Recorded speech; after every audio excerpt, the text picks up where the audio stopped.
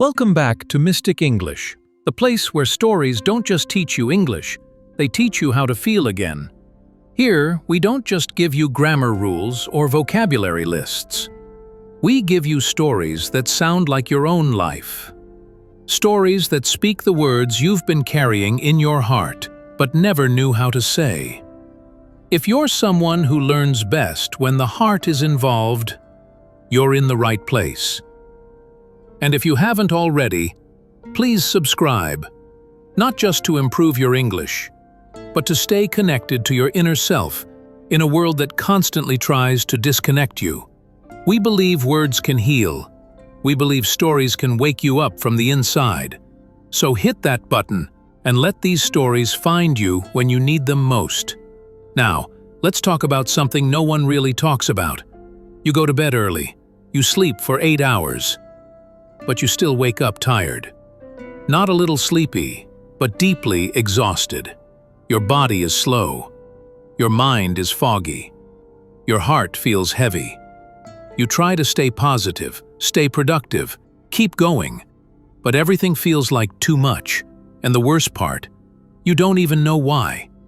You're doing everything right, but you feel so wrong. If this sounds familiar, this story is for you. Steve was 23, young, healthy, and trying his best to keep up. He had a job that paid him enough, a few online friends, and a room he could call his own. Every night, he made sure to sleep early. No late-night parties, no energy drinks, no crazy chaos, just sleep. And yet, every morning, Steve woke up feeling like he hadn't rested at all. His eyes burned, his legs felt heavy. Even brushing his teeth felt like lifting weights. He told himself it was just stress, maybe a seasonal dip in energy. But days turned into weeks, and nothing changed. He would sit at his desk, staring at the screen, trying to work, but his brain was slow. Words didn't come easily. He couldn't even remember simple things. And no one understood. They kept saying, maybe you're not sleeping enough, or you need to hit the gym. But he was doing all of it. He was doing everything right, and still felt like he was falling apart from the inside. One Sunday, Steve sat by his window with a cup of black coffee. It was his only ritual.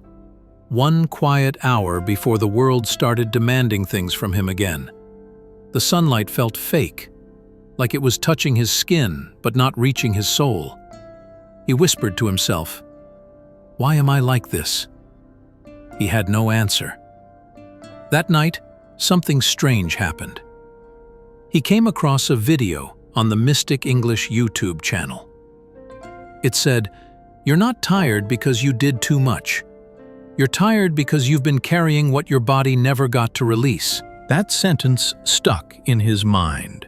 He began to notice things he had never paid attention to. Every day, he was switching between 5 identities without rest. In the morning, he had to act professional, smiling in Zoom meetings while feeling hollow. In the afternoon, he had to be productive, completing tasks that held no meaning. In the evening, he had to be available, texting friends, liking posts, pretending he was fine. At night, he had to be strong, listening to others vent, while his own heart screamed quietly. And in the moments between, he had to be calm, or people would call him too emotional. Steve wasn't just tired, he was mentally fragmented, performing for the world, hiding from himself. And no amount of sleep could fix that. One night, while lying awake at 2:17 a.m., Steve opened YouTube, not to learn, just to feel less alone. He clicked on a video with a simple thumbnail. "Why You're Always Tired, Even After 8 Hours of Sleep." It was from a channel he had never noticed before. Mystic English. The voice was calm, warm, like someone who understood what he couldn't explain. And then he heard a line that stopped him cold. "You're not tired because you did too much. You're tired because you've been carrying what your body never got to release. Sleep rests your body, but it doesn't heal your identity. He replayed that part 3 times. It wasn't motivational. It wasn't trying to fix him. It just told the truth. And that truth didn't give him energy. It gave him permission. Permission to finally stop pretending he was okay. That week, Steve couldn't stop thinking about what he'd heard. Sleep rests your body, but it doesn't heal your identity. It was true. He could sleep for 10 hours and still wake up tired, not because he didn't rest, but because he never felt safe being who he really was. He realized something strange. He hadn't been alone with himself, truly alone, in months. Not without noise, not without expectations. Even when he was resting, he wasn't really resting. He was on his phone, watching people do more, earn more, live more. And every scroll whispered, "You're behind." Steve didn't need motivation. He needed permission to stop performing. One evening, he came across a study that changed how he saw everything. It said there are 7 kinds of rest, and sleep is only one of them. What Steve was missing was emotional rest, the kind where you don't have to manage other people's feelings. Mental rest, where you're allowed to be unfocused without guilt. Social rest, where you're not around people who drain you. And most of all, spiritual rest, the kind that reminds you why you're alive. Nobody teaches this in school, nobody talks about it at work, but this was the exhaustion Steve had been living with. Not laziness, not weakness, just silent burnout from being disconnected from himself for too long. Steve didn't try to fix everything overnight. He didn't buy new planners or sign up for productivity apps. Instead, he did something far simpler. He gave himself permission to stop pretending. That started with a small decision: to be honest with himself, even if it meant disappointing others. The first time he did it, he said no to a friend who wanted to call late at night. Not because he didn't care, but because he didn't have the energy to be anyone's emotional safety net that day. At first, guilt punched him in the chest, but the silence that followed felt peaceful. That night, he slept deeply for the first time in weeks, not because he was tired, but because he was real. The next day, he left his phone in the other room while eating. The world didn't end. No one noticed. And that quiet meal, it gave him more clarity than any quote he'd scrolled past in months. Later that week, he went on a walk without headphones. No music, no podcasts, just the sound of his own footsteps. His mind felt noisy at first, but slowly it settled. And in that quiet, he noticed a thought that had been buried deep. "I've been trying so hard to keep up with everything. I forgot how to feel anything." That wasn't weakness. That was the truth. And truth, no matter how soft, is always the first step toward healing. 2 weeks later, Steve was still tired sometimes. That didn't magically disappear.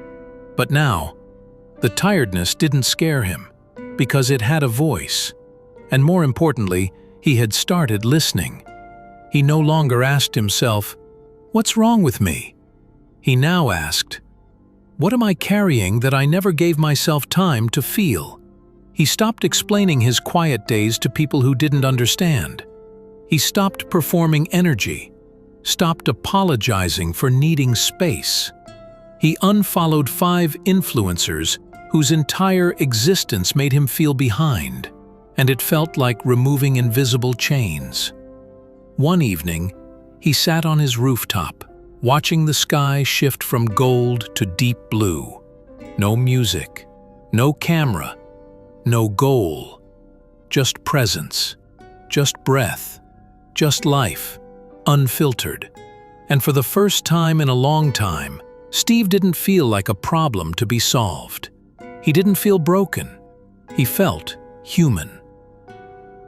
If you're always tired, not because your body is weak, but because your soul feels heavy. If you're doing everything right, but still feel wrong inside, this is your reminder. You don't need to try harder. You need to feel safer. Safe to rest. Safe to slow down. Safe to be you without proving anything. At Mystic English, we share stories like this, not to impress, but to express what you've been holding in. And while you listen, you're not just healing, you're learning English that speaks to your heart, not just your head.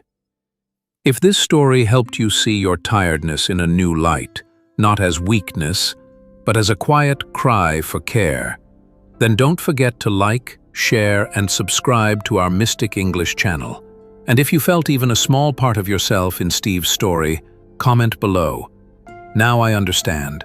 I'm not just tired, I'm carrying too much. Thank you for watching. This is Mystic English, and we will meet you in the next story, where words don't just teach you English. They bring you back to yourself.